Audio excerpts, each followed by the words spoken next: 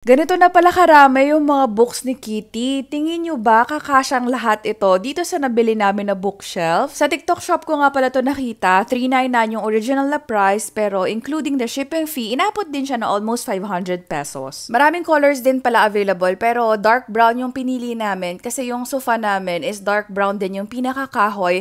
Tapos kung saan namin ilalagay ito, dark brown din yung shelf na nasa taas nun. May kasama na rin nga pala siyang mga screws at saka instruction. Madali lang naman siyang sundan in fairness. Ito nga pala yung measurement niya, so gumamit pa ako ng measuring tape na ginagamit ko rin sa pagko-crochet. Abaw! Can you please give it to Daddy? Thank you!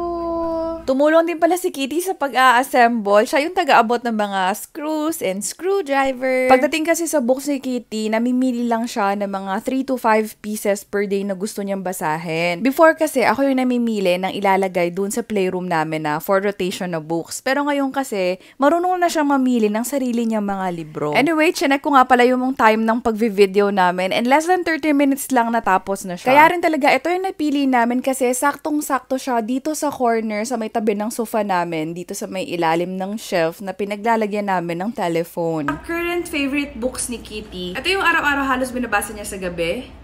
Yan, meron siyang reader na kasama. Tapos dalawang type siya. Yung mga Disney princesses at saka Mickey Mouse book. Ayan. So, for example, ito, si Cinderella. Gagamitin itong reader niya. Click mo lang si Cinderella. Disney Princess, Cinderella. Ayan. Tapos, per page, meron siyang symbol. Ayan. So, ito, star, for example. So, pipress mo tong star. Do you believe that dreams come true? Cinderella hopes they do. So, yan, babasahin niya ng For You. Actually, kaya rin to gustong-gusto ni Kitty kasi kaya niya na magbasa mag-isa pag may ganito. Kumbaga, hindi ko na kailangan siyang basahin. Ayan. Eh, minsan, alam mo, dumadating na si Kitty minsan sa point na gusto niya, only me, siya lang magbabasa. Gusto niya. Tapos, yung isang variation niya is Mickey Mouse. Puro mga smart babies to. Actually, mahilig ako mag-collect ng mga libro na by set talaga. Apat ito, Book of Manners, I'm Sorry, Thank You, Excuse Me, and Please. Yan. Kung mapapansin nyo is medyo ano na siya, medyo worn out na siya kasi gamit na gamit sa amin to nung mga 1-year-old pa lang si Kitty. About feelings naman, dalawa siya. Actually, book 1 lang, kahit book 1 lang okay na kasi ayan yung mga emotions, mga ano lang, basic emotions. Ito medyo ano na siya, advanced na siya. And although great, feeling sick, feeling hurt, feeling thankful, feeling cranky, feeling joyful. So, ayan. Again, smart babies. Puro mga, I can do it. I can get dressed on my own, use the potty, take a bath, go to bed. Ayan. So, set din to. More smart babies. Smart babies ba ka naman? Ayan, ito naman mga manners. So, at the table, manners at school, manners at home. Yan, manners, hello. Basic manners, yan. So, eto, medyo, hindi pa namin masyado nababasa. Parang feeling ko, for older siya. Yung ibang sobrang gamit na gamit namin is, yung mga before pa. More on the Book of Manners. Smart babies pa rin. Kindness, confidence, listening, honesty, taking turns, helping, keep trying, sharing. Hindi ko to binili ng isang bagsakan na. As in like, in a span of almost 4 years tong collection na to. Baka sabihin nyo, hoarder si Mama Jane, hoarder! Nasa likod yung mga titles ng kasama dun sa set. So ito, puro mga manners. I love itong book na to pag dinadala sa mga restaurants or pag lumalabas kasi book siya. Pero parang like, alam nyo yung may hinahanap, seek and find. Where's Waldo? Parang ganon. Ayan, so, community, seasons, around the world home. Dati, nung nag-attend kami ng birthday party sa family side ko, napaupo ko si Kitty ng matagal sa upuan kasi nga syempre gathering yun. Bawal maglikot-likot masyado yung kids dahil sa ganitong klase ng mga books. Batang matalino naman, parang smart babies or smart kids din siya. So, Tagalog naman siya, kulturang Pilipino. Basically, culture sa Pilipinas. Food, Mga food and mga laro, iba-iba. Pero basically, Tagalog siya.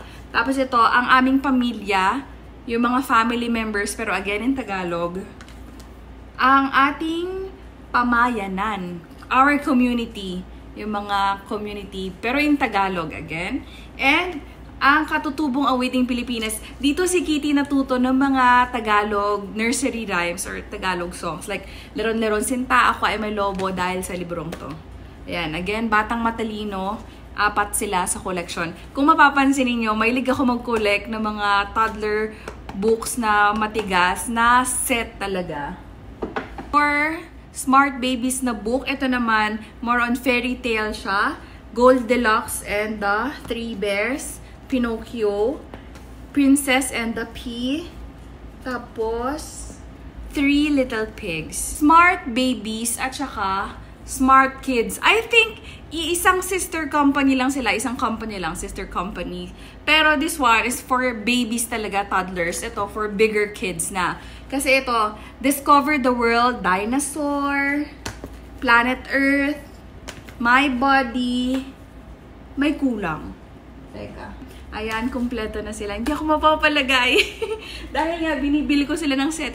Feeling ko, hindi ako makakampante pag hindi sila kumpleto.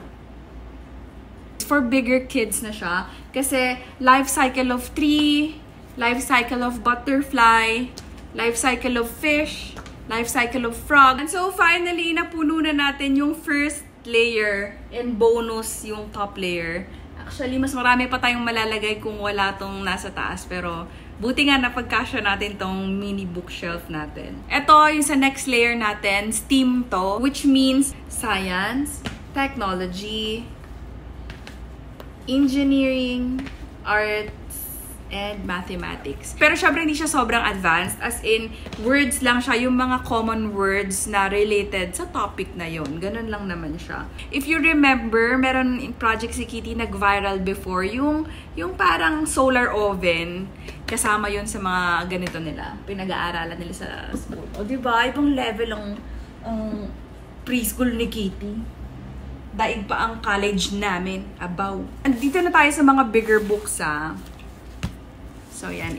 ABCs ng When I Grow Up. So, yung mga, When I Grow Up, I want to be an astronaut. A for astronaut, for example. Ganon. Tapos, ayan. ABCs of kindness. Parang ano ba tong sample? E for spreading energy on a sad, gloomy day. So, parang ganon. Tapos, Bible verses. ABCs of Bible verses. And set ulit to, 4 sila. Ayan. Ayun lamang, hindi kasha. Patay. Iniisip ko if I should stack here on top. Kaso, hindi naman siguro sila maglalaglagan, ano? I mean, hindi kasha eh, oh. Unless ihiga ko pa ganito. Kung pahiga naman sila, parang mas mahirap bunutin yung books. So, I guess, you stay here muna, in the middle. Ay, at the bottom, on the side. You stay there muna. Alamat ng ampalaya, alamat ng palay, alamat ng bahaghari, alamat ng Pilipinas. Actually, hindi pa na-open tong iba. Kasi, hindi pa rin masyado ma-absorb ni Kitty to. Kasi, na-try ko na mag-open ng isa. And, ano siya eh, super Tagalog. Ayan. Tsaka medyo, mahaba-haba ng konti. Animal, plants and seasons, at saka machines. So, ano pa to? Sino to? Anong publishing? Wala nakasulat po like Smart Baby or ano. But anyways, yung next na batch ng mga books natin is from Batang Matalino. Marami to. Actually, 2 magkaibang set to. Our Values, at saka Aesop's Fable, mga fable. So, sa values natin, respectful little Tom, sharing, the antique ring, patience, the impatient brother, obedience, the obedient rabbit. So, aside dun sa 4 na yon, eto, yung sa fable naman, Ant and the Grasshopper, Lion and the Mouse, Donkey and his Shadow, and the Honest Woodcutter. So, ang maganda dito, sa 2 set na to, English and Tagalog na siya. Tsaka puro meron siyang lesson sa dulo na parang, what is the moral lesson of the story? Ganyan. Moral lesson of the story, hindi na naman kasha sa gilid. So, dalawang set ito. Puro mga phonics. So, yung first series niya, 1 to 10, puro mga A, E, I, O, U, ganyan. So, Max and the Pals. So, puro ganyan. Phonics and reading. So, Newlyweds and the Three Men, Ken and his pet, puro Keith, the witty girl, and E, puro ganyan. Don and his dog, and Corn on the cob, the cub and the pup and the grandma's hut. So basically, magsa-start kayo. May mga number siya. So kung gusto nyo matuto magbasa, yung mga toddlers ninyo, ayan, susundan nyo lang yung mga numbers. Pag na master na nila, punta na kayo sa second series, which is yung parang advanced level neto. Ayan. So, Chris and her packed lunch. So, medyo ano na siya. Hindi na yung simple na A, E, I, O, U, ganon. So, mas merong mga pagbigkas na mas complicated na ganon. Kung binigay siya, medyo damaged siya. So, parang freebie na lang sa dami ng mga binibili ko. So, ayan. Mga animals to. Feeling ko ito, super pang baby. Ito, zoo animals, forest animals, farm animal. Tapos, ganyan siya.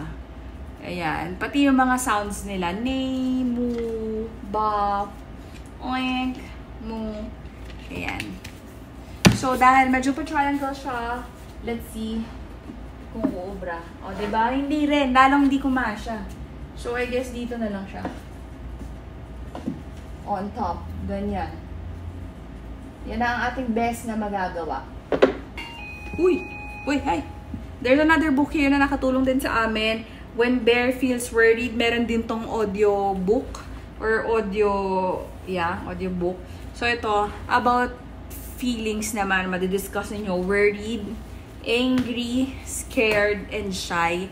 Tapos at the end of the page, there's notes sa parents kung ano yung gagawin ninyo kung napunta kayo sa ganitong mga scenario. Like, anong gagawin pag shy yung bata, or scared sila, or worried. Ganon. Halfway nang napupuno yung ating shelf. And ito, animals and birds. Napagod ako So, iba-ibang types ng animals and birds. Ayan. Yung mga pictures.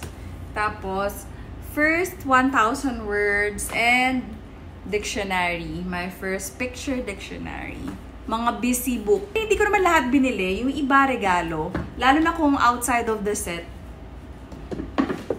Halos lahat. Halos lahat kasama sa set. Personalized 10 little kitties. Yan, sobrang gasgas na gasgas to sa amin. 10 little kitties, 5 little kitties. Counting.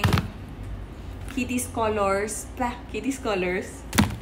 Kitty can, who can? Kitty can. Tapos, ito naman pinagawa ko. From Lola Lita to Kitty. So, yan. Noong mga time na nagpapa-win ako kay Kitty sa pagpapadede niya. Kay Lola siya natutulog. So, ito yung binabasa nila together. Ayan. So, Kitty loves Lola Lita this much. Or baliktad pala, from Kitty to Lola Lita tong book na to. So, ayan. Again, kakasya ba?